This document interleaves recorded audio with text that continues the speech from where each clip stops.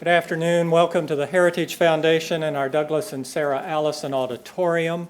We, of course, ask everyone here now as we begin, please check cell phones to see that they have been turned off before we start recording the festivities. Our internet viewers are always welcome to send questions or comments, simply emailing us at speaker@heritage.org. We will, of course, post the program on the Heritage website for future reference as well. And we are pleased today that this event is being co-sponsored with the Laffer Center at Pacific Research Institute. You will see cards for that out in the lobby. Some of us here view the Pacific Research Institute and the accompanying Laffer Center as that beachhead of freedom in the state of California. It needs all the help it can get, so we're glad they're there to help them. Hosting and introducing our special guest as well as leading our panel discussion today is Steve Moore, Heritage's chief economist. Please join me in welcoming him. Steve?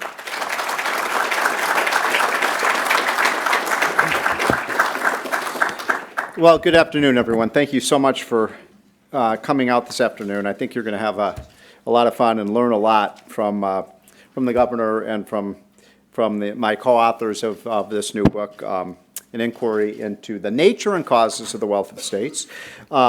We were really so excited to get Governor Sam Brownback to come from Kansas to be here this afternoon. Thank you, Sam. I know how busy your schedule is, so it means a lot to us that you came. And quite frankly, we wanted Governor Brownback to be here because he is one of the governors, and actually there are quite a few of them, or quite a few governors that have been cutting tax rates and kind of following the formula of economic success that we lay out in this book. And Governor Brownback has really been at the forefront of those governors in terms of cutting extraneous spending, getting tax rates down.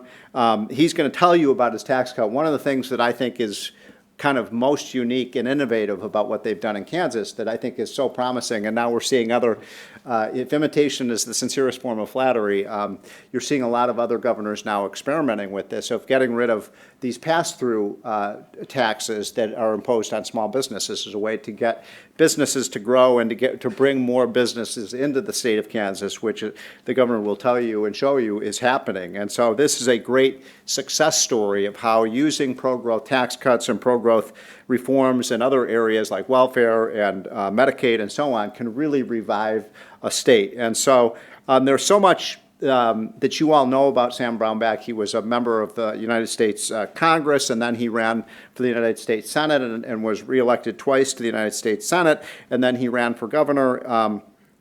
And in 2000, when were you elected? 2012, was it? And so he has been, as I said, one of the forefront of innovation in the state of Kansas. I read through your entire bio last night, and I have to say the thing that was most impressive of your bio is married for 30 years. So I think he deserves some congratulations for that, or your wife does. So he has five children, 100% pro-free trade record from the Cato Institute, and had a 95% record with ACU, so he is a staunch and principled conservative, and we're just so pleased to have you here, Governor. Thank you for being here this afternoon.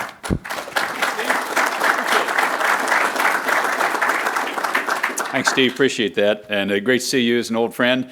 Great to see a number of old friends in the audience and people who have been around. This is nice being back with you. Although I have to say, I've sure enjoyed being a governor rather than in the Senate the last few years. With what has not happened in the United States Senate and with votes not happening here, it's been fun to be in a place where things are happening and transformations occurring. If I could boil my whole talk down to a few words, one is it's time for us to start preparing the American Renaissance. Winning this election cycle in 2014, getting the Senate back, winning the presidency in 2016, and proposing to the country how you renew the nation, because the nation needs it. And I think you're going to see some interesting models from states of what it is that we can and should be doing to be able to get this country growing again and get it to be America again. We don't need to be Europe, and Washington shouldn't be Brussels. This should be America, and it should be freedom, and it should be lower taxes, and it should be opportunity-based, and it should be the states providing the general government and Washington the limited government. We all know that, and we all believe it. Now we need to start putting architecture to what our plans would be as we lay those forwards. And you change America by changing states, because Washington's too big to change. So you start it by changing states and moving forward from there and seeing the things that work to make America America again. And we desperately need this. And we've got to give hope and plans to people so that they can see it and that they can see that there's a different way than where we are right now. And we can do this. So I would submit to you there's no state in America more transformed than Kansas. And I'm going to go through this and defend my point. But just on the outset, we've cut taxes, income, sales, and property. We've changed the pension system, going to defined contribution next year for new employees in the state. Fewer state employees, did a state employee buyout program, cut taxes, transformed Medicaid to work with it, changed water policy from a development to a conservation policy, cut taxes. Did I mention cut taxes? Okay. Consolidated state agencies, ended state-mandated teacher tenure, enacted pro-life and pro-Second Amendment reforms, and workers' compensation reform, and if I didn't mention it, cut taxes. That's what we've done in the state of Kansas, and it's working. And I want to go through a couple of these slides, because I've got a limited amount of time, and so let's see if we can get my clicker going the right direction here. What do we need to do here? There we go. We got too far. There we go. All right, I'll try to go through these pretty fast. This was the picture I got when I came into office. This is the state of Kansas, its population ranking from when Bob Dole was first elected to the United States House of Representatives until projected in 2020, 2030. Bob Dole is elected from the old 6th congressional district in Kansas. We now have 4. It was 28th most populous state in America. We're now 33rd, heading to 35th if nothing of the trend lines continue. We have got to change that chart. That chart has to change. You do it by growing, or otherwise you're going to keep going downward. And I've told people many times across the state of Kansas, you don't hire a new coach or a CEO to just continue to manage slow decline. Just say, okay, it's all right if we're declining, just don't make it hurt. You know, just make it be mine. You hire them to change the direction of things, to get things going back up. And that's what we're working at getting done. So here's a series of things we started doing. We leveled off state spending. As you can see, we had substantial continuous growth of spending at the state level. The idea, I guess, being if you spend more money, you'll grow more as a state. But, you know, this wasn't working. So you can see we've leveled that line off of state spending. And I want to also point out to the picture what I had when I fiscally came into office. Day one, when I entered office, I was handed a projection that if we did nothing as a state, we would have a $500 million deficit at the end of that fiscal year in 6 months. $500 million, now here, Washington, $500 million, okay, fine, whatever. That's a lot of money to us. And that was what we were projected. We'd actually had a deficit the year before. This is the fiscal year before I was in office, which is illegal to do. But they had done that the year before on a deficit. Now here's where we've ended up ending balances. Last fiscal year we ended up with $700 million cash on hand. That's about a 12.5% ending balance. We'll be down some on that this year, but that's the trajectory of what we've changed with cutting taxes as well. Here's what we did on our pro-growth tax reform. We cut income tax rates on everybody. So the top rate when I started was 6.45. We were the second highest tax state in the region. And naturally, we had out-migration to every surrounding state, but Nebraska, that had slightly higher taxes than us. So we took those rates down from 6.45. They're actually at 4.8, and we'll go to 3.9 in 2018. Lower rate went from 3.5 to 2.3 in 2018. The top rate's at 4.8 now, second lowest in the region. Colorado's still below us at 4, and that's the only state we have out-migration to now, is Colorado. They have slightly higher mountains than we do. Neither of us have an ocean, though, all right, so we're even on that. The big reform that we did, and I really want to show this to you, I think this is a key innovation. We went to zero taxes on small business pass-through income. Most of small businesses are organized by like LLCs and sub-S's. We taught Art Laffer this proposal. Art helped us out, but we taught him this one. Saying we want to stimulate small business growth because 3/4 of Kansans work for themselves or for somebody with 10 or fewer employees. Small business. And we've all been saying this for years, right? Small business is what really drives the country, the ones that gives the innovation. And we mostly give lip service to it. What we did is we said, okay, if we really want to stimulate these guys, we should go to 0 on their pass-through income. And did. And my best example of this is my middle daughter got married about a month and a half ago, and we were putting a tent up, and we bought lumber to lay a floor. And I'm out there helping build, doing this, because giving away your daughter is the hardest thing you can do. I mean, walking her down the aisle, this is the hardest thing I've ever been a part of. But I'm out helping build the floor ahead of time. The guy that's delivering the wood comes from Menard, and he's got 5 deliveries today and make that day. And this is his truck that he's using the deliveries on. And he's running and going. He's dropping the lumber. He's jumping in the truck, and he stopped and goes, "Hey, that tax cut thing you guys did, that really helped me out." And I said, "Oh, good. What are you going to do with the money?" "Well, I'm looking at this fall of buying another truck and hiring another guy or two to drive a truck because I'm really busy." And I said, "That is perfect. That's the exact right answer. Art Laffer couldn't have asked you, and you get an A on the test for that answer." And I've heard that story a number of different times across the state of Kansas. The guy saying, "Yeah, with that money, I bought another machine and we hired 3 guys. Or I bought another truck and we hired 2 guys. And that's what you want to see taking place because that's a sustainable, growth-oriented system. And I'm going to show you what our employment numbers have done in the state of Kansas because we're at record levels of employment in the state, and that's with one of our core industries still really struggling. The small business jets, which if any of you can buy one, please do. We haven't been selling those, but we're way down in employment on one of our major sectors, and we're at a record number of employees. People employed across the state of Kansas. And we've got one of the lowest unemployment rates in the country, and not because people are getting out of the workforce. It's because they're working, and they got jobs. So here's what I mean about small business drives the economy. It also drives innovation. It's true in Kansas, true in America. Here's our job growth numbers that we've seen, 53,000 over that number of jobs. I want that to accelerate even faster. We've got just under 3 million people in the state of Kansas. This is our growth numbers from 11 through April of 14. This one here, I'm really happy about this chart. This is kind of an interesting one to look at. Most people don't track. This is new business filings in the state of Kansas. We had been flat, and the nation has been declining on new business filings. And this is really a bad thing if you're declining on new business filings, because this is where your innovation comes from, this is where your growth comes from. A lot of new firms that start up fail, but you need a high churn on this. To me, this is like when I was in college and dating.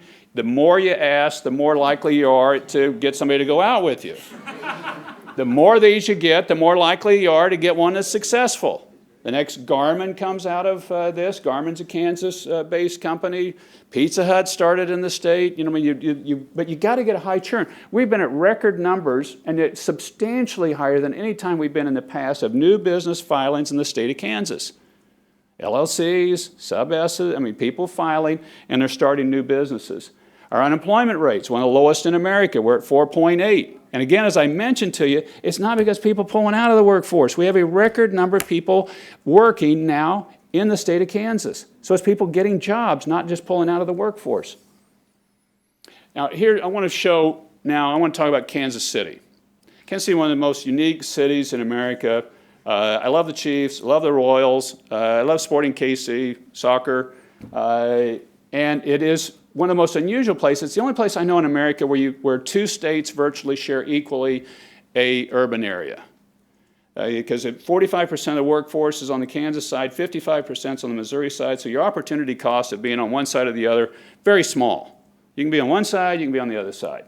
And that's, I think, a key thing to watch on taxes, because tax policy you got to get right, but a lot of times it doesn't work for a period of time. It takes you some time for this to really work. Now, we've seen rapid impact on LLCs and small businesses, but here's Kansas City private sector job creation, okay? We haven't been focused on public sector jobs because they aren't impacted on tax policy. It's been private sector job growth. One of my 5 goals when I came in as governor, increase the number of private sector jobs in Kansas. your public sector cannot long be more prosperous than your private sector. So the private sector is the one churning and kicking off taxes. So we said, we want to grow.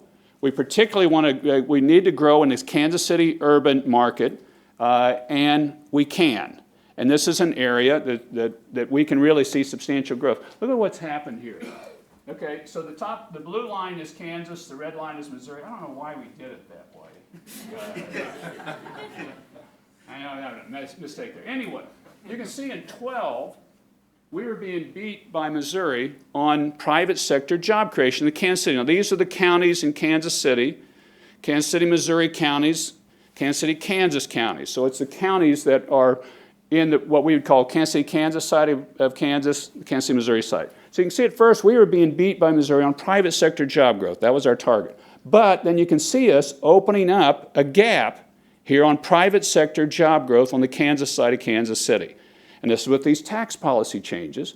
And I mean, we've got a good high quality school system on the Kansas side, but the big difference opening up here has been the taxes, because we've had good schools on our side, so we open it up with tax policy. And see how this continues. That top line up there, that's the Kansas side of Kansas City. And you can see how it was all kind of bunched up here. These are in the early 70s. You got Des Moines, Wichita, Tulsa. So you got some comparable areas to the region. Look at how that breaks out now and accelerates now in that region.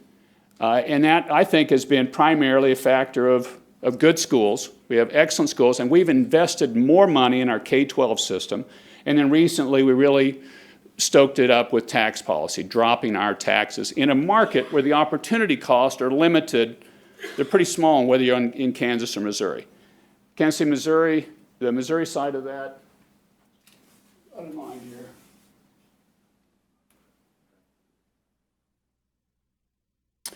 Here's that chart put a little bit different way on a private sector job comparison. Those are the metro counties on the Missouri side, metro counties on the Kansas side, Kansas in blue.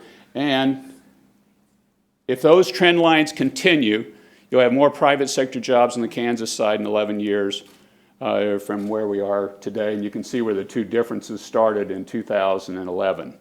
If you continue those trend lines. In 11 years, that'll happen. And I actually think our growth is going to pick up more. We've got high on construction. Well, personal income has gone up. I want to show you another. This is our growth of new construction. Association of General Contractors ranks us 4th in America on new construction taking place, and that's not a normal spot for us to be in on percentage. Now these are percentage-wise, but we've really got a lot of nice construction. Well, I think they've had a lot of their growth already taking place. We'll see. Oh, let me back up on this one. This is a key chart, and a lot of governors are getting hit on this. Republican governors, we got a lot of Republican governors up this fall, and many of us are being accused of cutting funding to K-12, saying you cut funding to K-12. Here's what they did to me in Kansas. See the gold piece up here? That's the Obama stimulus, the Obama money to the states. Remember early on in the Obama administration, they wrote checks to states, says here's a bunch of money. My state went and cut its amount of state money going to K-12 and put Obama stimulus money in there. The year I came into office, President Obama wasn't so generous to me. I got $1.7 million that I can put into it. They'd had $270 million. So we increased the state contribution, but the total amount going to K-12 went down because the Obama money went away. They had $200 million in there the year before, and I didn't have $200 million because I was already facing a $500 million deficit. So the total number had to go down slightly, but we have increased state funding to K-12 every year I've been in office, and most Republican governors have. We shouldn't let people get away with this one. Technical education's gone up, 60% increase. State stepped in and we said we'll pay for technical education for every high school student in the state of Kansas that takes it. We'll pay for it, and we'll give the school districts $1,000 for every industry-recognized certification they get while they're in high school. Welding certification, CNA, IT, and that is really skyrocketing. We need a lot more technically trained people, and so you can work your way through college. Now we're getting in-migration from every surrounding state but Colorado. Colorado still has lower taxes and higher mountains, and we got a nice trend line going with that. That's the piece of what I wanted to show you. I stand by my earliest comments. We need to start planning the American Renaissance. It needs to be around the basic kind of Reagan formulas of America being America, getting these taxes down, letting opportunity grow and flourish. God bless you all.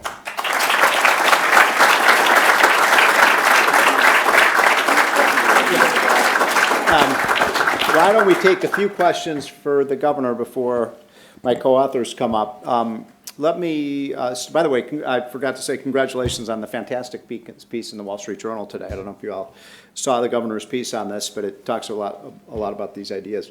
I wrote a piece about Kansas that I talked to you about 3 or 4 months ago about this lawsuit with respect to education funding. And it has to do with some of these charts that you were just showing. Can you give us an update? I think the idea was your Constitution requires adequacy of funding or something like that, and the teachers' unions were alleging that there's inadequate funding. Where does that stand? Are you going to win that suit? And how do you respond to these claims that funding has been insufficient for the schools?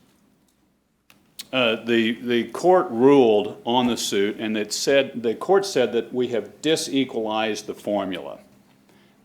So they left the adequacy piece that said we're going to look at that more in the future, but the formula is kind of disequalized such that somebody in a low-income district is not getting a comparable education to somebody that's in a high-income district. And I agreed with him. That was done by the prior governor. We have since then added over $60 million to the K-12 funding on an annual basis and done about $78 million in property tax relief across the state to equalize the formula in the state of Kansas. And thankfully, we've had some growth taking place, or we wouldn't have had the resources to be able to do that. But that's one that we've addressed what the court has said. Okay. Yeah, Good. did that. What other questions? Yeah. One of the exciting things you showed was your technical contributions for technical developments in the schools. Technical education, yeah.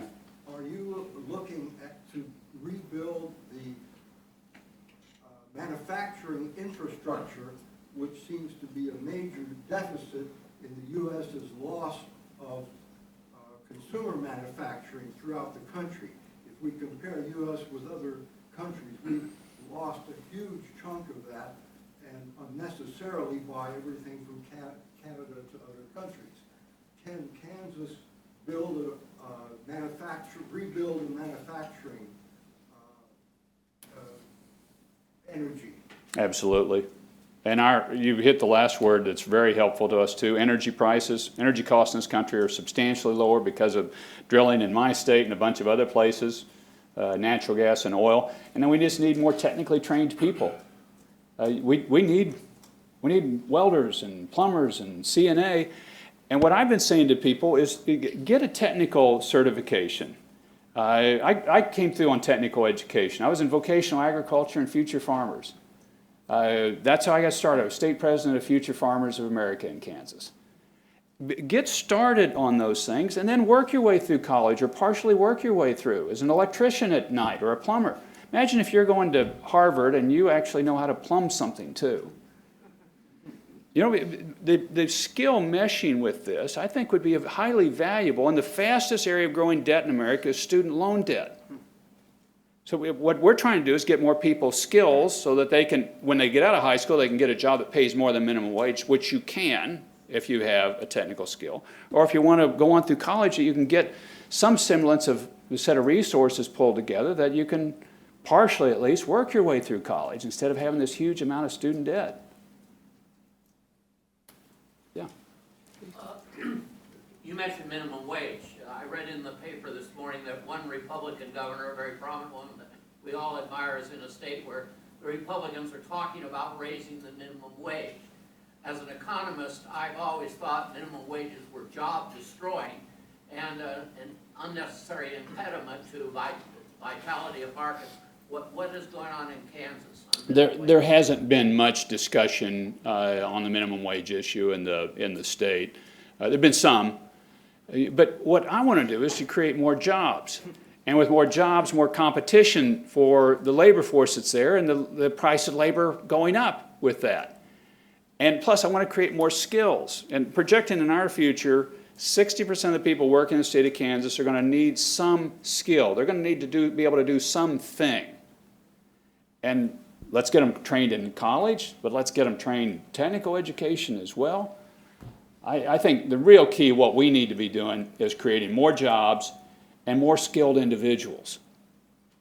The other thing we're asking and doing with people is that if they come in and ask for public assistance in the state, welfare in the state, if you're able-bodied, we're requiring you to also apply for jobs or go to the job training center.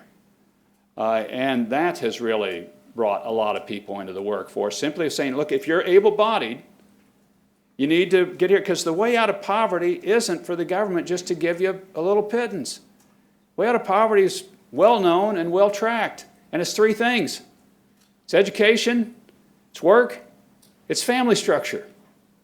And we need to push people to, okay, get out and get a job, get some education, getting some stable family type of structure. Yeah. Yeah, Governor, like you, I'm also from rural Kansas.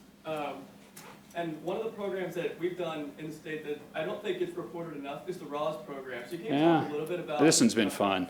So when I came in, we had half of our counties the prior decade had lost double-digit amount of their population. Half of our state losing 10% or more of their population in a decade. And we had some that lost 23% of their population in a decade, the prior decade. So I'm from a town of Parker, Kansas, 280 people. You know, we lived in the suburbs. I was a mile and a half out of town. So, you know, we were on city water, so we could consider ourselves suburbs. But I want to see these places survive and grow. So what we did is we said, let's create an opportunity here. We created rural opportunity zones, did two things. Said, one, if you'll move into there from out of state, no income taxes for 5 years. And also, if you move in there and you got a student loan, we'll help pay off up to $15,000 of that student loan over 5 years period of time, splitting the cost equally between the counties, between the county and us. And we've had a number of people step up and take advantage of that opportunity, particularly on the student loan piece of it. Interestingly enough, that's the one that, because so many people have debt, student loans debts, and we want to get talent back. We've been losing talent for years from the rural parts of this country. And we need people. We need people with skills. So I'm happy to report to you now, and I don't have this chart here, but our kindergarten class sizes are growing in our rural areas. It's a really good sign for us that you got more people coming on. The numbers are small, but instead of down 10%, I think we're across the board about a 1 or 2% decline. So we're starting to bring it up. That also is a lot built on the energy boom in the country, because we've got great energy resources and the agricultural strength of this nation. And we need fastest growing dairy state in America too. Yeah. Yeah, I live in Arlington County, and we're highly taxed over there. Well, you ought to move to Kansas. Where most people, a lot of people are, especially people over 65, but in our county, our real estate taxes have jumped 320% from 1997 to today, while incomes have jumped about 40%. And and our school systems are eating up a big part of our budget, over 45% of the total revenue, and close to 70–80% of our total real estate taxes. And I'm just wondering what you're doing in Kansas to try to control the cost of education in your state and to try to keep it reasonable. Yeah, we've had a big task force on that. There's a state law that 2/3 of the money going to K-12 has to get to the classroom. But most of our school districts don't get that. And they don't hit that number. And so we've been driving at, okay, let's look at places that we can save money and get more of it into the classroom. Because there's a lot of overhead costs in the system, way too much. I mean, if you're at over 40% overhead cost in that system, you're going, wow, we need to be doing better with this. That's initially. The primary focus we've had thus far has been really the lawsuit, getting more money into the K-12, and really increasing technical education and increasing our reading ability at the lower levels, 4th grade reading. We've got good overall scores, but when you break it out, we've got certain segments within the population not performing well on reading. And so we brought in different groups to stimulate the reading issues, after-school reading, summer reading programs that we've been paying for, using a mix of dollars, both school dollars and others, to get that reading levels up. I'm getting jerked here, but pulled off the stage, I should say. Steve is great. You guys are great. Thanks so much. All right. Why don't you guys come up, Art Laffer and Rex Sinquefield and Travis Brown, and we'll move right into this. We'll start with Arthur. Arthur is I used to call him the godfather of supply-side economics, but he's getting a little long on the tooth, so now I call him the great godfather of supply-side economics. Has been really at the forefront of this. I wanted to mention one thing, if I could, just as an aside. You heard a question from our good friend Richard Vedder, and this whole forum today obviously is about the book, about how these tax policies and regulatory policies and energy policies have a big impact on states. And I just wanted to do a shout out to Rich, because Richard Vedder, you've been working on this for 40 years, and some of the most important research that we cite in our book came from Rich Vedder. And just one kind of interesting statistic that you use all the time, that I, cite all the time, sometimes with attribution, sometimes not, is, your famous... Usually not. Is that, your famous line, about 1,000 people every day move from the high tax states to the low tax states. And that, that's just such a great visual of what this book is about.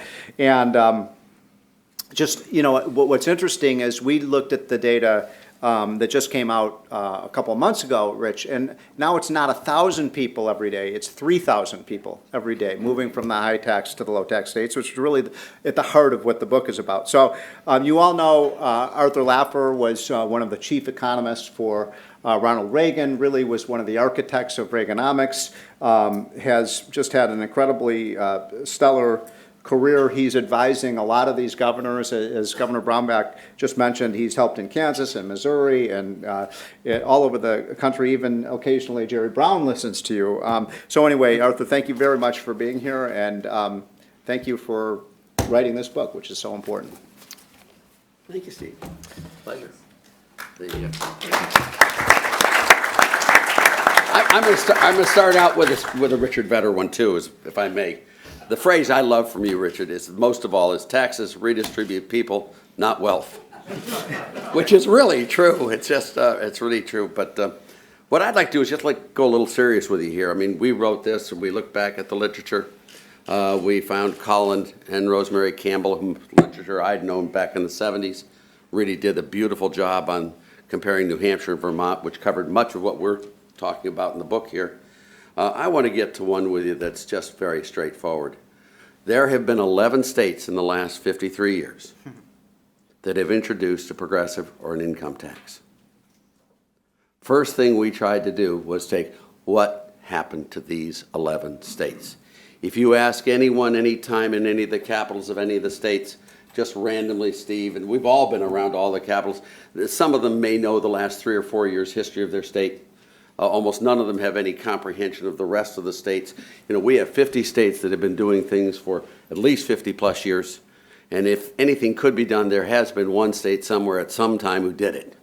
And there's a lot of evidence, just a repository of evidence coming up. So what we did was we looked at the 11 states, and these aren't weirdo states, people. They just aren't. First one was West Virginia, 1961. The last one was Connecticut. Lowell Weicker put it in 1991. He's a Yaley. Cool. Figures. The other ones were Maine, Rhode Island, New Jersey, Pennsylvania, Ohio, Michigan, Indiana, Nebraska, Illinois. I mean, these are all sort of major normal states that have all introduced the income tax. So what we did was we went back to 3 years prior to the introduction of the income tax. And we looked at each of these states. Now, they all did it at different times, so we have different demarcation points. But for these 11 states, we looked at what their sort of metrics were prior to introducing the income tax. We looked at population, employment, labor force, output, and yes, tax revenues. Okay, we looked at all those metrics. and looked at all of those 11 states, and then we compared what they were in the 3 years prior to introducing the income tax and what they are in the last year or two at present. Let me just say, every single one of those 11 states, not one exception, declined as a share of the U.S. in each and every one of those metrics. Every one. Some of them declined by a lot. I mean, Michigan went from what, 5.1% of the U.S. economy prior to the income tax? And by the way, we all know who brought in the income tax in Michigan, don't we? Romney. Just thought I'd mention that. Just sort of fun little fun. Went from 5.1% of the U.S. to 2.7% of the U.S. Wow. Jeez. That's a crash. In 1950, Detroit had a population of 1.68 million. Today, Detroit would be lucky to have 680,000 people in it. My home state of Ohio, Richard's home state. I mean, Ohio was the booming, mega economy of the world. You go back to Cleveland, you look at it. I was born in Youngstown. My parents were born, raised in northeastern Ohio. All four of my grandparents were, 7 out of 8 of my great-grandparents were. I go to visit all of my family up at Lakeview Cemetery and then travel around. Have you seen what Cleveland looks like? It's like a bomb hit it. I mean, it's a catastrophe. Not only Cleveland and Ohio. I mean, let me just give you one example that's sort of fun. New Jersey. Now, all of you know New Jersey, don't you? New Jersey in 1965. Now, think of this. It had neither an income tax nor a sales tax. It didn't have either one of those. Not one. No income tax, no sales. 1965, what's that? Less than 50 years ago. It was one of the fastest growing states in the nation, attracting people from everywhere, and they had a budget surplus. 5 years ago, when my student was governor of New Jersey, he was mine at the University of Chicago. You remember him? John Corzine. Oh, he was. He was one of your classmates, Guy. I mean, but in full disclosure, with you, I should say, in all honesty, that he was a C student. And with some of the recent disclosures of MF Global, I'm not even sure he earned the C. Just teasing. Under Corzine, New Jersey had one of the highest property tax rates, one of the highest sales tax rates, one of the highest income tax rates, one of the slowest growing states, people leaving in droves, and they had a huge budget deficit. How do they do that? You can't balance a budget on the backs of people who've emigrated.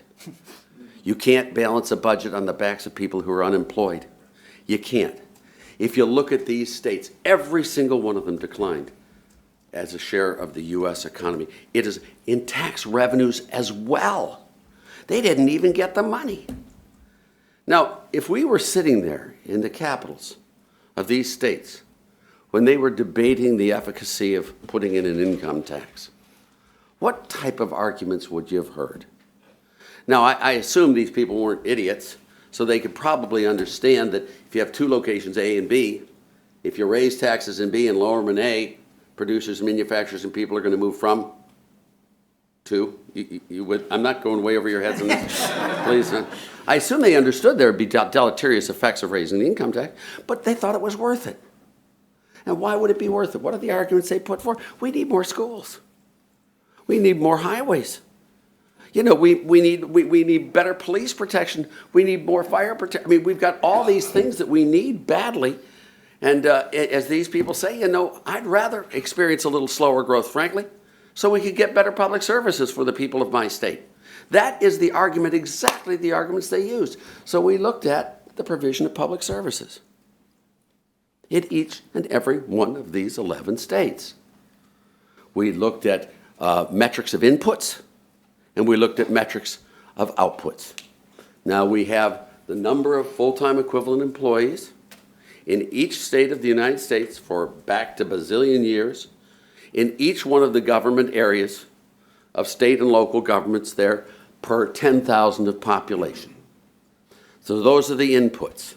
If you look at the input measures, it is absolutely astounding that of the education, now education is about 55% of state and local employment on full-time equivalent basis. If you look at that, 9 out of the 11 states actually declined as a share of the U.S. in the number of full-time equivalent education employees per 10,000 of population. 2 increased almost by nothing. It was just a smidgen of an increase in education employees per 10,000 population. But of the 9 that declined, 3 were really, really big. If you look at measurements of outputs, if you look at the NAEP scores, the National Education from the Department of Education scores of students in these states, it's amazing. The same results. These states didn't improve their education. Look at fire, police protection. Detroit City. Detroit has the least number of police personnel per 10,000 of population. Michigan, excuse me, has the least number of police personnel per 10,000 of population in the U.S. And guess which city in the United States has the highest violent crime rate in the United States for a population over 100,000? You got it, Detroit. I mean, if you look at it, they didn't get the public services. You know, not only did they decline in the state of the economy, they never got the public services either. And we go through each and every one of these. You know, what we try to do in this book is really nail down every damn corner of argument in these issues. We have had debates on these things from the beginning of time. This book nails them all down 1, 2, 3, 4, 5, 6, 7, 8, 9, 10. A lot of it on Richard's work, by the way. And Jonathan Williams, you should have been a co-author of this book as well, as you know. But we nail them all down. We go through California, Texas, Karen Parison. We go through Florida, New York. We go through New Hampshire and Vermont. We look at all these. We look at all these. I mean, the econometrics. We go in, if you want to be a sort of nerdy economist, we look at that. This book literally tries to seal all the corners, all the arguments of these issues. I really pray that you all will take a good moment to go through it. You don't have to read it in detail. Some of it is pretty boring. But, you know, you can go through the whole arguments here and look at it because, frankly, this one locks and closes the argument on do taxes matter. Yeah, weather matters too. I mean, some of the other things do too. I left California, some of you may know. I left it in 2006 to move to Nashville, Tennessee, a place I'd never been before. Did any of you have any idea why I would go there? No income tax, no capital gains tax. Now we have no gift or estate tax either. We got rid of that one. We're doing low property taxes. And it's neat, it's sort of funny. I had to licorice out 4 of my teeth before I went there, but just joke. Oh, come on, I'm allowed to do that. But if you look at these, it's just, you know, we've got the arguments locked down pretty solid here. And it's really an exciting book. Just tell them about the moving down. Oh, the moving, well, I'll tell you about me moving from California. I do miss California. I love California. It's a really wonderful place. I'd loved it. And I moved out to Nashville, and for tax reasons, obviously. And one of the things I missed was my governor.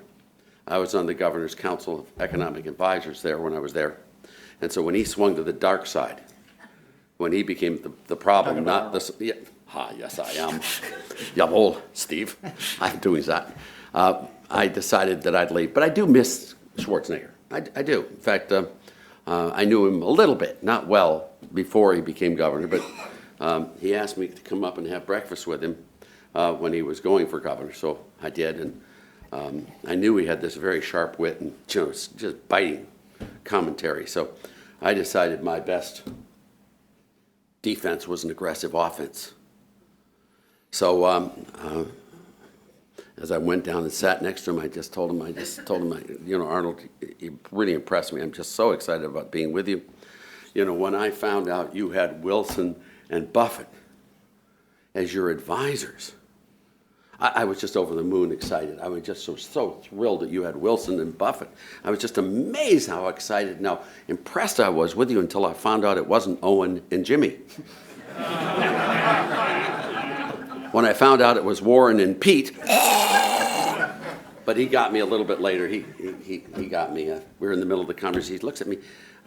He says, Asa, why is it so many of you clear-thinking economists are so short? Where the hell does that come from? Come on. He says, no, Asa, it's true. Milton Friedman, he can't be more than 4 feet 6 inches tall. Little bitty tiny man. And he said, you know, you, Asa, you remind me of Donnie DeVito. You know, I starred with him in Twins. So I do miss California, but please, please, please use this. It's really important. Any of the arguments you want, they're here, and they're done correctly. This is not pick-a-tee. This is accurate-tee. Thank you.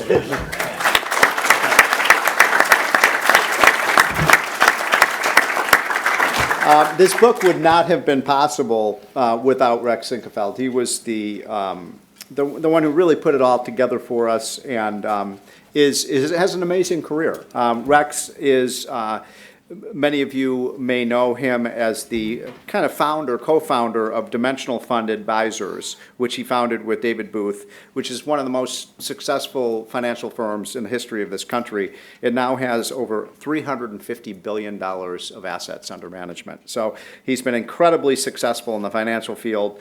A few years ago, are you fully retired from Dimensional? I never know, because you're doing all of these other philanthropic activities. But Yes. one of the things that he did in his, when he stopped at least full-time working for Dimensional Fund Advisors, was he founded the Show Me Institute in Missouri. And that institute has been, it's one of the very successful state think tanks around the country on the conservative side. And they just scored an incredible victory in the state of Missouri. Some of you may have heard about this, some of you may not have. But $650 million tax cut was passed in Missouri by the Republican legislature. And the tax cut was vetoed by the governor, the Democratic governor in Missouri, and the legislature overrode the governor's veto to make this tax cut enacted into law. And it simply would not have happened without Rex. So I'm not going to go on and on about him, but Rex, it's just I am thrilled to be a co-author with you on this, and thank you for coming.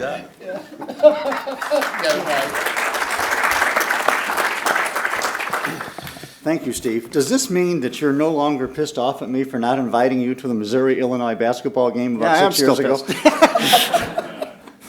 You know, Kansas has 3 great things going for it. First of all, it has a great governor. We all agree with that, right? Secondly, it's got a great tax policy. And thirdly, and most important, Missouri has an idiot for a governor. Am I allowed to say that in public? Jay Nixon, you know, if you look at the growth, Art talked about the 11 states that didn't have an income tax and then put one in. What a beautiful experiment. In fact, one way to view our book, and one way to view all the states, is like there's 50 independent experiments going on in tax and fiscal policy. And at the end of the period, which is now, we sit down and we look at the results and we examine them. Then we can figure out what worked and what didn't. And that's a good way of looking at it. Another way, I heard this just the other day. I had lunch with Governor Jindal. He said some people, mostly those on the left, think about tax policy as a way of raising revenue, whereas they should think about it, and this is what Governor Brownback does, thinks about it as a method of economic development. It really makes a difference how you collect taxes. And Kansas is going to be, you know, I was quoted that what Governor Brownback did, he dropped the economic atom bomb on Missouri when he came out with zero income tax on pass-through entities like S-corps and LLCs. And I said it was brilliant. And the Post-Dispatch, who loves me dearly, that left-wing rag, you know, it seems like every other day they have to vilify me. Why is everybody always picking on me? So, but let me just cite for you the states that don't have an income tax. There are 9 states, and soon there will be 10. And we will try to join you, Governor. We're going to try in Missouri. We have to get a new governor. And I got to tell you, 2 years ago, Art Laffer and I spent an hour and a half with Governor Jay Nixon in his office trying to persuade him to sign the tax cut bill. I mean, Art came all the way out to the hinterland in Missouri. It's, you know, dangerous. There's buffalo there, wild animals, everything. You know, I mean, the people in Missouri are pretty wild. Remember? Oh, God. I was going to talk about Quantrell's Raiders. You know, these were a bunch of Confederate soldiers in Missouri. Confederate soldiers in Missouri, mind you. And they went into Kansas, they invaded Kansas, and they leveled the town of Lawrence. And Governor, I know it's kind of late, but I'm sorry.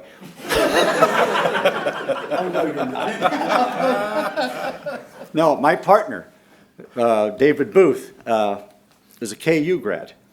has both a bachelor's and master's degree from KU, and he is a basketball nut. I mean, David, literally, to this day, he still does it. When March comes around, he sends a memo to everybody in the firm. He says, don't look for me in my office. I'll be at home watching basketball. And that's exactly what he does. But anyway, there are 9 states that don't have an income tax. And in our book, we look at those states a lot. We look at the states that don't have an income tax. We look at states that don't have a corporate income tax. It's also very important to get rid of that tax. And then we look at states that have the lowest tax burden. And we were just in one, Louisiana. You know, they're one of the fastest growing states in the nation. They're among the 9 lowest tax burden states in the nation, even though they do have an income tax. They're pretty clever about the way they put the whole package together. But these no income tax states, the way they've grown, their GSP growth over the last, from 2002 to 2012 is 62% a year, compared to the high tax states of 46% a year, compared to, I'm sorry to say, Missouri of 35% a year. And that idiot vetoed an income tax cut. You know, the one thing that is known to work to help establish growth, the one thing that's known to work, he vetoes it. Thank God, and thank God for Travis Brown, because he and his political army, and Kelly Sarka and Laura out there, Laura Slay, helped get the General Assembly to override this veto. Now the governor says he's going to launch a ballot initiative. You know, Missouri has a wonderful ballot initiative process. Do you have that in Kansas? Oh, it is a godsend. I was on WGN radio in Chicago a couple years ago talking about taxes, and the guy said, so what should Illinois do? I said, well, you realize you're a complete and total basket case, and you're going to stay that way, you know, until you get the ballot initiative process. The people will overrule the General Assembly. You know, somebody told me that every politician should have 2 terms, 1 term in office, 1 term in jail. It works in Illinois. Illinois' prisons are the only ones that have a governor's wing on them, you know. You know, the other thing, and Art alluded to this, what's remarkable is the no income tax states, their growth in state and local tax revenue was 82% compared to 52% for the high tax states. And the very rationale is, as Art said, we're going to do this to bring in more revenue, to get more social services. It's the low income tax and the no income tax states that have the fastest growth in state revenues and the highest level of social services across the board, except for welfare. Welfare, there's a lot of that in the high tax state, but they generate welfare. So what are we going to do about all of this? Art made a great pitch for the book, and I think you should either read the book or you should wait for the movie version. But what we're going to try to do in Missouri is to implement this exactly. We're going to come at them again, and I hope we're going to have more tax cuts. And frankly, it was Kansas doing that put pressure on the state of Missouri. It's why I and Travis and his whole political army, last time I looked at my checkbook, I think he hires about 1,000 people, that we helped Kansas to do this. And we're helping the Oklahoma governor, Mary Phelan, and Pete Ricketts, who's running for governor in Nebraska, helping him. Any of these people that start going in the tax-cutting direction is going to force Missouri to respond. And I like the way Governor Brownback has put it, is he wants to create a haven in the Midwestern United States, basically a tax haven, where none of the states have an income tax. Nobody punishes work or investment. And so that's what we're about. I thank you very much for your time and encourage you to read the book, tell your friends and neighbors about it. Art needs the royalties. Thank you.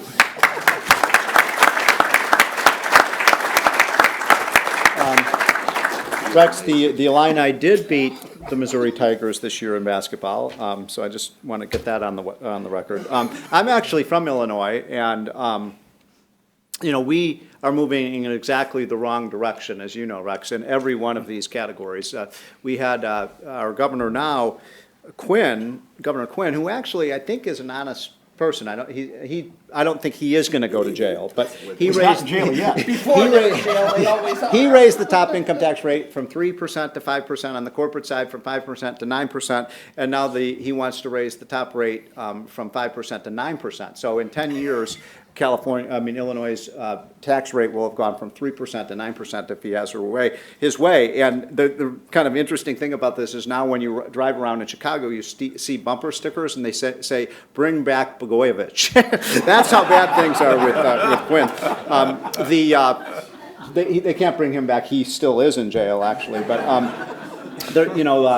Mitch Daniels, who was the governor, you must know Mitch. He was until recently the governor of Indiana. Now Mike Pence is. But when all of this was happening in Illinois and they were raising all these tax rates, you may have heard about this story. So Mitch Daniels was asked about what's going on in Illinois. What do you think about this? And I'll just never forget this. He said, we're seeing all these taxes go up and up and up, and all these businesses are moving from Illinois to Indiana. And he said, being a neighboring state to Illinois is like living down the street from The Simpsons. I always just thought that was a great line. Okay, so our other co-author of this book is maybe one of the most important in terms of really being the Pied Piper and selling this message all over the country, just as Rex said, not just in Missouri, but God, how many states have you been in the last couple of months? Probably half the states in this country. Probably all 57 of them. And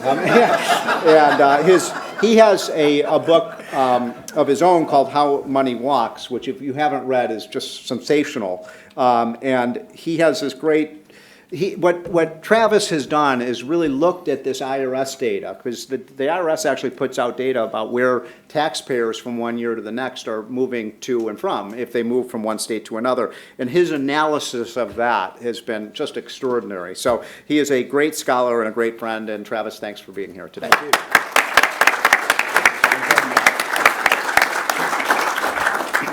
Well, you've heard a lot of great things about the wealth of states, and it's my pleasure distinctly to be a part of this dream team of folks that are really providing you what I think will prove to be the Gideon's Bible of economic data and evidence across states. When Rex mentioned that I'd traveled to all 57 states, I'm reminded in the great words of Dan Quayle that he was commenting upon arrival on the West Coast. He says, I love California. I practically grew up in Phoenix. We've been traveling over 42 states. I see Chris Edwards in the back there. Raise your hand, Chris, at Cato Institute. It's been maybe 2 years almost since we were here on Capitol Hill and listening to the words of Congressman Dave Camp reminding us that our federal tax code is 10 times the size of the Bible and full of none of its good news. And, there have been story after story of not just taking this data from the Internal Revenue Service and showcasing its strong correlations that we see across the country in the case of what's California selected here. The movement of your income can be measured in different ways beyond the peer-reviewed literature ways that Art has so beautifully mastered here in Wealth of States with the econometric chapter. For those that want that deep dive, it is there at the deep end of the pool. Enjoy it. For many people across America, they need to see this visually in less than a few seconds. And you can see the story in green and red right here. When you have California selected cumulative adjusted gross income moves, we're showing states that used to lead us towards prosperity over its history, the gold rush and all the wonderful things from Silicon Valley, now showing a loss of $45.27 billion over the period. The only states in red are the ones contributing their income to California's economy. The states in green are receiving California income at California's expense. Does that make sense so far? What happens when you look at the state of New York? New York is America's biggest loser here, and we address this backwards into the book only because it showcases us the millions of transactions, about 134 million taxpayer records year over year for now 19 years. Now let's be clear about that. We're going back at least according to when digital records have been now made available by your Internal Revenue Service. That's right, your Internal Revenue Service. So who remembers 1992? Where were you in 1992? It was an important year. Okay, you got that image in your mind? Well, that's how far back we're tracking this correlation. A swing of over $2 trillion, 50 million Americans are impacted by these cumulative losses or gains. But 1992 was also a pivotal year. when Al Gore invented the internet. So we're talking about a long time period here, through boom and bust, through a variety of governors. And Governor, I know we're very competitive in Missouri versus Kansas, so I got to depart. There are a few historians here, so I'll just mention one story, because St. Louis was home to the Thomas Jefferson's arsenal, and throughout history, these migrations, like what we're showing here with taxes, have been very important, significant to the foundation of this country. So you probably remember General Custer and the Battle of Little Bighorn. Anyone from that area of the world here? Well, you probably know the story that the troops have mounted up on the top of Little Bighorn, and they could hear what was mounting around them on the evening where they're building their campfire. They know they're outnumbered 10-1 by the Native Americans from all kinds of nations in the Digital Prairie in the Dakotas. And so Custer knows this is a problem, like any good governor knows as a leader, and he pulls everybody to the campfire and says, all right, I've got good news and I've got bad news. Which would you prefer to have first? And they can hear the horses, wrangling, and he said, well, give us the bad news. Just tell it to us straight. He said, well, tomorrow, as you can hear, we're going to fight, and we're going to fight to our death, and we're all going to die on this hill in Little Bighorn. Okay. What could possibly be the good news? We're never going to have to ride through Kansas again. There has always been this sense of competition. But what is remarkable about these numbers, these migrations, whether it was for westward migration or across the Dakotas, is that they have always rejuvenated and transformed America. And we're seeing that here with this data. A New York minute now costs $7,200 in lost adjusted gross income. Net of all transfers in and out. A New York minute costs $7,200. Try to find a state that has a net positive trade with a New York. Only Michigan, and that's barely by a little do they get. So where if you select here on the state of Florida, America's biggest winning state by other taxpayers moving from other places, you see the country go quickly to red. All of the red states are contributing their income to the state of sunshine here, $95 billion, about $10,000 a minute. So we don't have to wonder, we don't have to guess, we have precision and all these kinds of powerful data points, which are all backed into wealth of states as well. But we don't stop there. As Jonathan Williams would say, but wait, there's more. It's like rich states, poor states, but wait, there's more. There are more evidence of prices and decisions and behaviors inside wealth of states beyond just your IRS 1040 tax returns that show clearly this correlation of people and income. We also see the prices of U-Haul showing up with over 400 cities. The price to rent a U-Haul leaving LA going to Dallas is a very different price for the same trailer leaving Dallas going somewhere else. And we can see that as economists, Dr. Vetter and others are shaking their head and say, well, this is real-time evidence. We can apply the same correlations and it stacks up nicely. Despite hub biases in passenger traffic into and out of LaGuardia, in and out of Chicago O'Hare, in and out of LAX, there has been significant shifts and increase in passenger traffic across transportation grids in America towards lower tax states, also included in the book. So we track real-time mobility in a number of those things. It's exciting to be able to share that as a nerd for all of this information. But I'm reminded of a gentleman when I was with Chris Edwards here on the Hill when we began the first of this jihad tour across the 50 states, that there was a single dad from Pensacola, Florida, who had raised both of his sons in the Gulf Coast area. Florida had numerous opportunities to move, but was a smart dad and realized his number one goal, his number one objective with two boys was to save enough money so they could afford to go through college without extensive college debt. And despite numerous opportunities to be transferred out of the state of Florida, he knew what Art Laffer has made possible now with SaveTaxesByMoving.com, that your lifetime earning potential staying a resident in a lower tax state allows you to keep and earn and produce more for your family than many of the alternative job arrangements that he had an opportunity. And so despite all the econometric evidence, despite all the correlations that we can throw up, that to me is still the most important story and an emotional appeal. For anyone that suggests this is an insignificant thing, they should talk to that father. For anyone that thinks it won't matter, they should talk to a nursing graduate in Nashville versus Sacramento and looking at their lifetime earnings. So we've tried to score all of that quite nicely, and we look forward to any questions you might have, and thank you for the opportunity to be a part of this dream team. It's really good to be able to stand over Art Laffer. I don't get to do that in very many podiums. Thank you.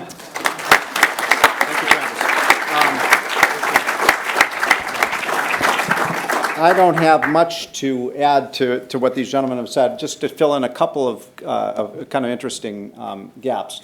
The three of you talked a lot about tax policy. Obviously, it matters a lot. But the other really strong variable that we found has a really profound impact in terms of where businesses are moving to and from, in terms of where people are moving to and from, and where investment capital is moving to and from, is whether a state has a right to work law. And this is maybe even more powerful than tax rates, quite frankly. It's very simple. I mean, when I worked at the Wall Street Journal, we would have CEOs of major companies come in all the time, people who are making decisions about where to put, plants and equipment. You all saw what happened a couple of weeks ago. Toyota moved out of California and moved its operations. And where are they now? Dallas, did they move to? Or? Someplace in Texas. Yeah, I thought it was North Texas. But, I mean, that kind of thing is happening all the time. What? Plano. So that kind of thing is happening all the time. And you're seeing and what's really interesting is that, as most of you know, two really important states in the last 3 years have moved from being non-right-to-work states to right-to-work states. And by the way, being a right-to-work state doesn't mean you can't have a union. It simply means every worker has the right to associate with the union or not associate with the union. So it's not an anti-union law. It's simply an issue of whether workers have the right to associate or not associate and have their paychecks, money taken out of their paychecks. And what's so interesting about this is that the two states that became right-to-work states, as most of you know, are Indiana and Michigan. And what's really interesting, this happened just 2 years ago, for all the fun you were making in Michigan. Actually, the interesting thing is Michigan's actually making a comeback now.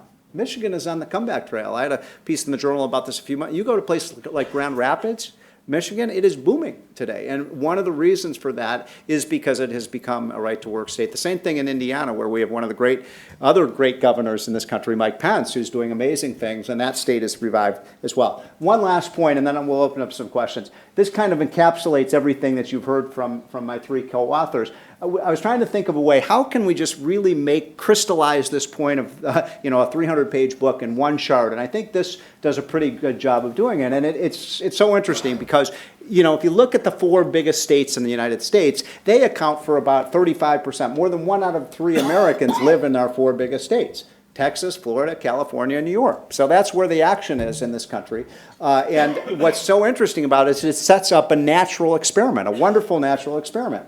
2 of those states are red states, that is to say, and I'm using red not as a pro-Republican rah-rah-rah thing, but more just as a kind of indicator that these are states that are adopting kind of pro-growth, tax reduction, right to work, pro-drilling policies that we all understand promote growth. And then you have the 2 kind of big blue states, California and New York, that have pursued exactly the opposite strategy. They're raising tax rates. California and New York both have tax rates now, income tax rates at the top, 13% now. So it's the diametrically opposite model. And this is happening throughout the country, but these 4 states set up a wonderful experiment. And so what you're seeing here is over the last 20 years, and it doesn't really matter, as Arthur shows in the book, it doesn't matter what time period you look at it. It doesn't change much whether you look at the 50s or 60s or 70s or 80s or 90s or 2000s. It's all the same, that you're seeing much, much more rapid growth in Texas and Florida than you are in California and New York. That is to say, for every new job in the last 20 years, that was created in California and New York, 3 new jobs were created in Texas and Florida. Now, how do you explain that? I mean, what is a liberal's explanation for this? I mean, they keep saying that these policies like high minimum wages, high tax rates, and so on are going to have these kind of worker paradises, and yet the workers are moving from those very states. I've never heard a good response to this. In other words, how do you explain this? Now, I did do a debate with Paul Krugman about 6 months ago on this, and you all know Paul Krugman. He writes for the New York Times and has a Nobel Prize, and I showed him this very chart, and I said, Paul, explain this to me. You know, you say all these policies like raising the minimum wage, raising tax rates, so on, are going to promote growth and so on. How do you explain the fact that these states like Texas and Florida are growing so much faster than states like New York? In his explanation, he had a one-word explanation: weather. He said it's the weather. That's why people are moving, you know, out of the Northeast to places like Georgia and South Carolina and Florida. It doesn't have anything to do with tax policy.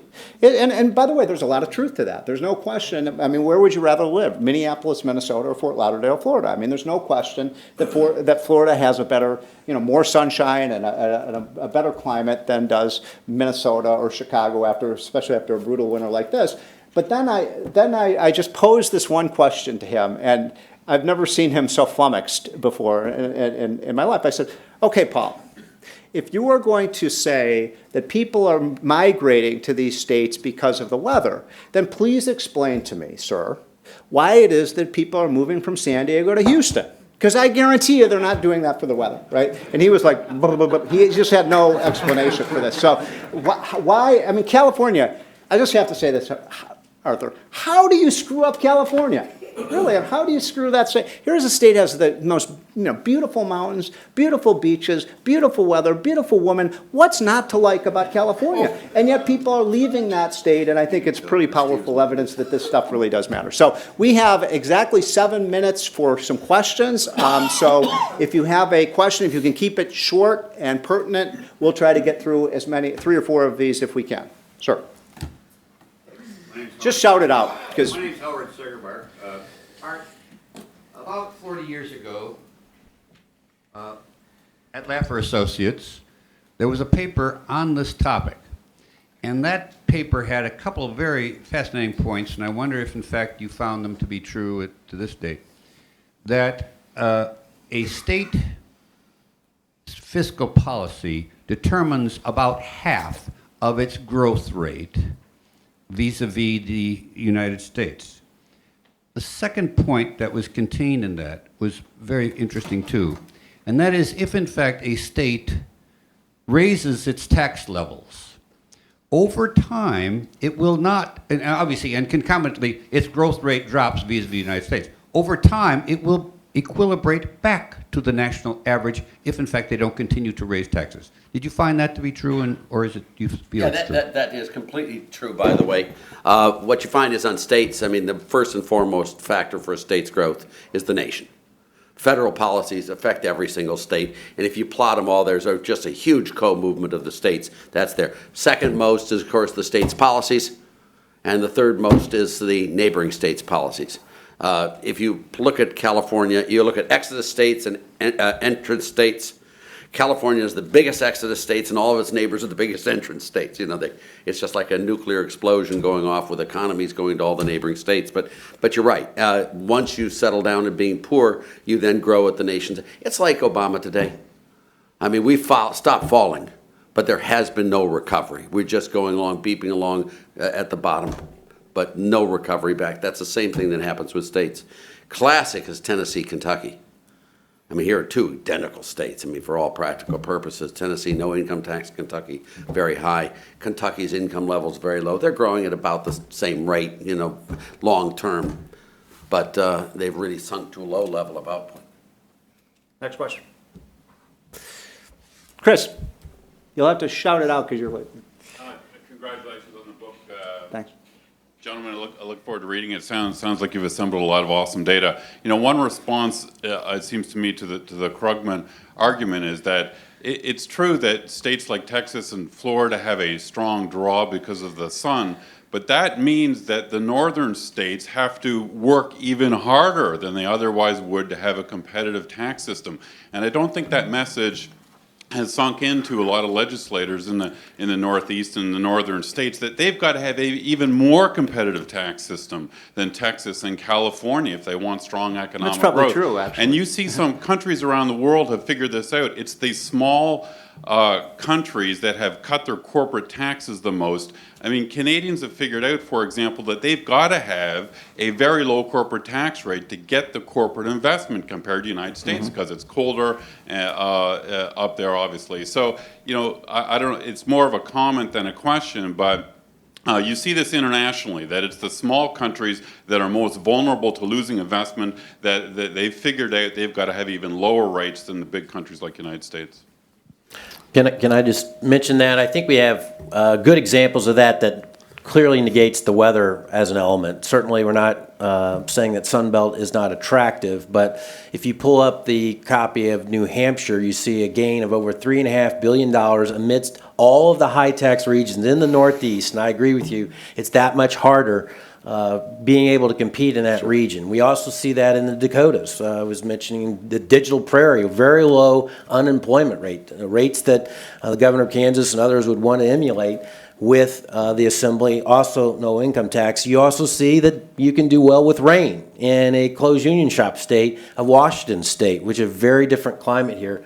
If you select this right here and you see this data, the evidence comes through that you can, and you know, arguably in New Hampshire's case, live free or die must compete within that region. And they show us the way with no personal income tax, no state sales tax, and very low property taxes as well. The other thing about this weather issue is, I mean, look, Chris, you're exactly right. I mean, California is always going to have a natural advantage over Minnesota, right? I mean, if you had your choice of whether you want to live in California or Minnesota, I mean, California is a great place to live. You know, Florida is a great place to live, you know, 8 months out of the year. And so the point that, Rich, you and I have been making this point for 30 years, these state legislators, guess what? You can't control the weather. I mean, I know that Barack Obama thinks he can, but, you know, policy makers cannot control the weather. That is simply given to them. What they can control is these other factors, right? They can control the right to work. They can control. And by the way, I think this point about northern states is true. They have to make their tax systems more competitive probably than southern states if they want to compete with them. One other point is just, you know, these people who say it's all weather.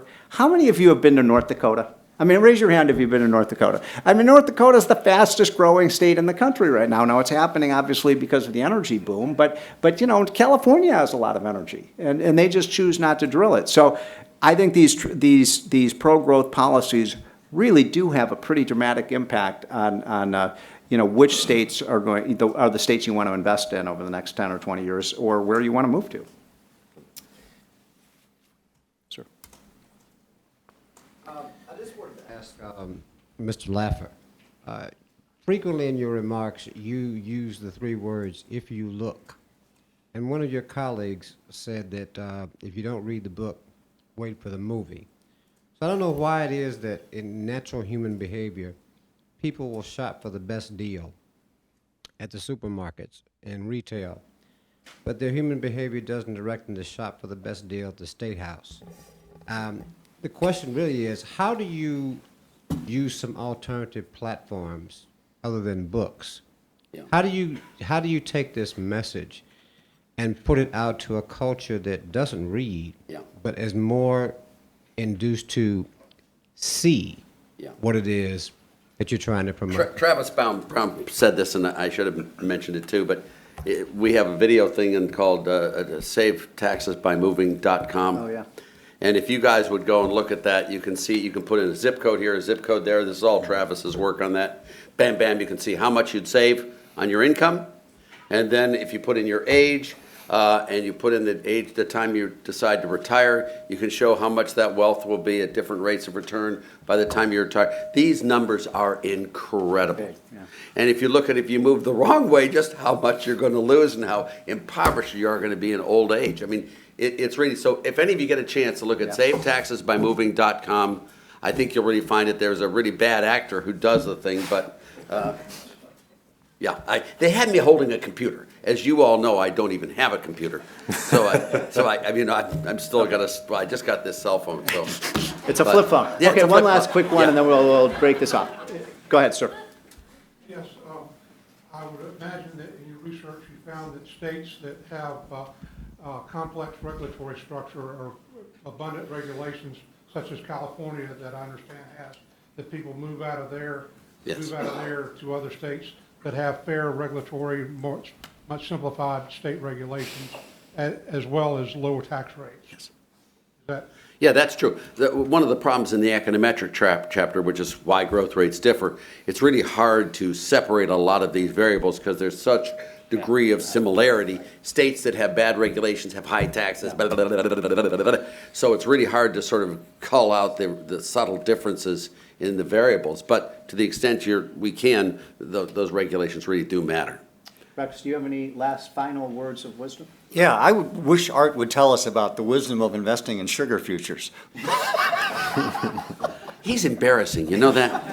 I was a young faculty member when he was a young student at the University of Chicago, and well, never mind, I'd figured out this great deal on how to make a fortune on arbitraging foreign exchange rates through sugar futures, and I did this great thing. I got Milton Friedman to invest with me, I got Harry Johnson to invest with me, and several of the other senior faculty members, and we had a little problem with it, but I had to close the cupboard, and I didn't realize that that a British ton is not the same as a U.S. ton. And so while I thought we had arbitraged and were completely neutral with regard to sugar, and we weren't. We owned huge amounts of sugar because I shorted the British pound and I longed the U.S. dollar, and I did it through sugar. And the British contracts of a ton of sugar is a long ton, and the U.S. ones are a short ton. And well, I saw my future flash before my eyes. And I just want to thank Rex very much for bringing up that traumatic experience. Thank you all for being here. Appreciate it.